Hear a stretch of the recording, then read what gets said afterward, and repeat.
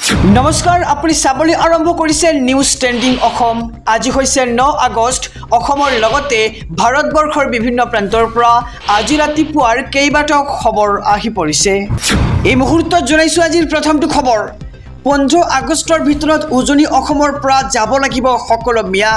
চিন্তন বৈঠক পাতি 20টাকৈ জাতীয় জনগোষ্ঠী সংগঠনৰ ডাঙৰ ঘোষণা। এই মুহূৰ্তৰ খবৰ জনাইছোঁ নিউজ ট্ৰেণ্ডিং অসমৰ সমদৰ্শকক। উজনি অসমৰ পৰা সকলো সন্দেহজনক নাগৰিক অবৈধলক আঁতৰি যাব লাগিব। 15 আগষ্টৰ ভিতৰত ত্যাগ কৰিব লাগিব উজনি অসম। চিন্তন বৈঠকত 11টাকৈ প্ৰস্তাৱ গ্ৰহণ কৰি বান্ধি দিলে সময়সীমা। অসমত কেৱল থলুৱা খিলঞ্জীয়াৰ প্ৰভুত্ব থাকিব লাগিব। খিলঞ্জীয়াৰ প্ৰভুত্ব থকা অসম গঢ়াৰ স্বাৰ্থত অবৈধভাৱে থকা সকলো সন্দেহযুক্ত নাগৰিকক চিনাক্ত আৰু বিতৰণ কৰিব লাগিব। অসমৰ ভোটাৰ তালিকাৰ পৰা সন্দেহযুক্ত নাগৰিকৰ নাম অতি শীঘ্ৰেই কৰ্তন কৰিব লাগিব বুলি চৰকাৰক দাবী জনাইছে। উচ্ছেদৰ বিৰুদ্ধাচৰণ কৰা লোকসকলক ৰাষ্ট্ৰদ্ৰোহ আইনৰ অধীনত গ্ৰেপ্তাৰ কৰিব লাগে। 20টাকৈ জাতীয় জনগোষ্ঠী সংগঠনে চিন্তন বৈঠক পাতি বান্ধি দিলে এই চৰ্ত আৰু সময়সীমা। উজনি অসমৰ পৰা সকলো সন্দেহজনক নাগৰিক অবৈধলক আঁতৰি যাব লাগিব। 15 আগষ্টৰ ভিতৰত ত্যাগ কৰিব লাগিব উজনি অসম। চিন্তন বৈঠকত 11টাকৈ প্ৰস্তাৱ গ্ৰহণ কৰি বান্ধি দিলে সময়সীমা। এই মুহূৰ্তত জনাইছোঁ আজিৰ দ্বিতীয় নম্বৰ খবৰটো। জিলাই জিলাই ৰাজপথ কপালে AJYCPA। অমুছলমানক গোচৰমুক্ত আৰু নাগৰিকত্ব প্ৰদানৰ বিৰোধিতা। ডাঙৰ খবৰ জনাইছোঁ নিউজ ট্ৰেণ্ডিং অসমৰ সমদৰ্শকক। হাজাৰ হাজাৰ প্ৰতিবাদকাৰীয়ে কপালে সমগ্ৰ ৰাজ্য। জিলাই জিলাই জোৰ লৈ তীব্ৰ প্ৰতিবাদ অসম জাতীয়তাবাদী যুৱ ছাত্ৰ পৰিষদৰ। কোনো কাৰণতে হিন্দু খ্ৰীষ্টানকে ধৰি স্বয়ং অমুছলমান ধৰ্মৰ লোকক নাগৰিকত্ব প্ৰদানৰ ঘোষণা নামানে আৰু অমুছলমানৰ বিৰুদ্ধে থকা গোচৰ প্ৰত্যাহাৰৰ বিৰোধিতা AJYCPৰ। অমুছলমানক গোচৰমুক্ত ঘোষণা, নাগৰিকত্ব প্ৰদানৰ বিৰোধিতাৰে আকাশ পতা কপালে এইবাৰ AJYCPয়ে। ৰাজ্যৰ হাজাৰ হাজাৰ প্ৰতিবাদকাৰীয়ে কপালে এতিয়া অসম। জিলাই জিলাৰ জোৰ লৈ তীব্ৰ প্ৰতিবাদ অসম জাতীয়তাবাদী যুৱ ছাত্ৰ পৰিষদৰ। এই মুহূৰ্তত জনাইছোঁ আজিৰ তৃতীয় নম্বৰ খবৰটো। ৰাজ্যবাসীৰ বাবে এটা ডাঙৰ খবৰ। মিয়াখেদা আন্দোলনৰ বিৰোধিতা এইবাৰ অখিল গগৈৰ। অসমত ৰাষ্ট্ৰপতি শাসন প্ৰৱৰ্তনৰ দাবী অখিলৰ। মিয়াখেদা আন্দোলনৰ বিৰোধিতা এইবাৰ অখিল গগৈৰ। অসমত ৰাষ্ট্ৰপতি শাসন প্ৰৱৰ্তনৰ দাবী অখিলৰ।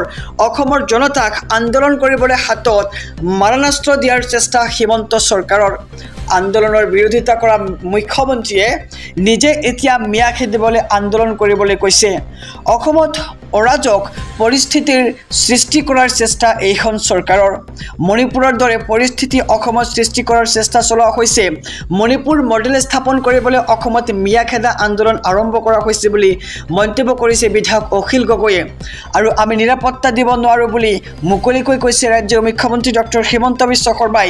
মিয়া খেদা আন্দোলনৰ পৃষ্ঠপোষকতা কৰা চৰকাৰক বৰ্খাস্তৰ দাবী এইবাৰ অখিল গগৈৰ। সংবিধান নস্যাৎ কৰি সম্পূৰ্ণভাৱে বিফল হৈছে এইখন চৰকাৰ। অসম চৰকাৰক ভাঙি ৰাষ্ট্ৰপতি শাসন স্থাপন কৰিব লাগে চৰকাৰে। মিয়া খেদা আন্দোলনৰ বিৰোধিতা এইবাৰ অখিল গগৈৰ। সংবাদমেল সম্বোধন কৰি বিধায়ক অখিল গগৈৰ এই হুংকাৰ। আহিছোঁ পৰৱৰ্তী খবৰৰ মাজলৈ। 5টা ধৰণে ভোট চুৰি কৰি প্ৰধানমন্ত্ৰী হৈছে নৰেন্দ্ৰ মোদী। 5টা ধৰণে ভোট চুৰি কৰিছে বিজেপিয়ে। ভোট চুৰি কৰি প্ৰধানমন্ত্ৰী হৈছে নৰেন্দ্ৰ মোদী। দেশবাসীক প্ৰমাণ দিবলৈ সাজু হৈছে কংগ্ৰেছৰ যুৱৰাজ ৰাহুল গান্ধীয়ে।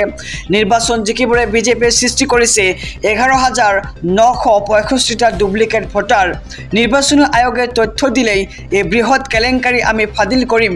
প্ৰায় 40,000 ভুৱা ঠিকনা ব্যৱহাৰ কৰা হৈছে নিৰ্বাচন প্ৰক্ৰিয়াত আৰু এই ঠিকনাতেই পঞ্জীয়ন কৰা হৈছে 10,452জন ভোটাৰক আৰু 4,132 ভোটাৰৰ ত্ৰুটিপূৰ্ণ ফটো ভোটাৰ লিষ্টত সন্নিৱিষ্ট কৰা হৈছে। আৰু বেংগালুৰু চেণ্ট্ৰেল লোকসভা আসনত 1 লাখ ভোট চুৰি কৰিছে বিজেপিয়ে। 5টা ধৰণে ভোট চুৰি কৰিছে বিজেপিয়ে। মন্তব্য কংগ্ৰেছৰ যুৱৰাজ ৰাহুল গান্ধীৰ। আৰু ভোট চুৰি কৰি প্ৰধানমন্ত্ৰী হৈছে নৰেন্দ্ৰ মোদী। আহিছোঁ আন এক খবৰৰ মাজলৈ। এইবাৰ শৃংখল চলিহাক কঠোৰ নিৰ্দেশনা।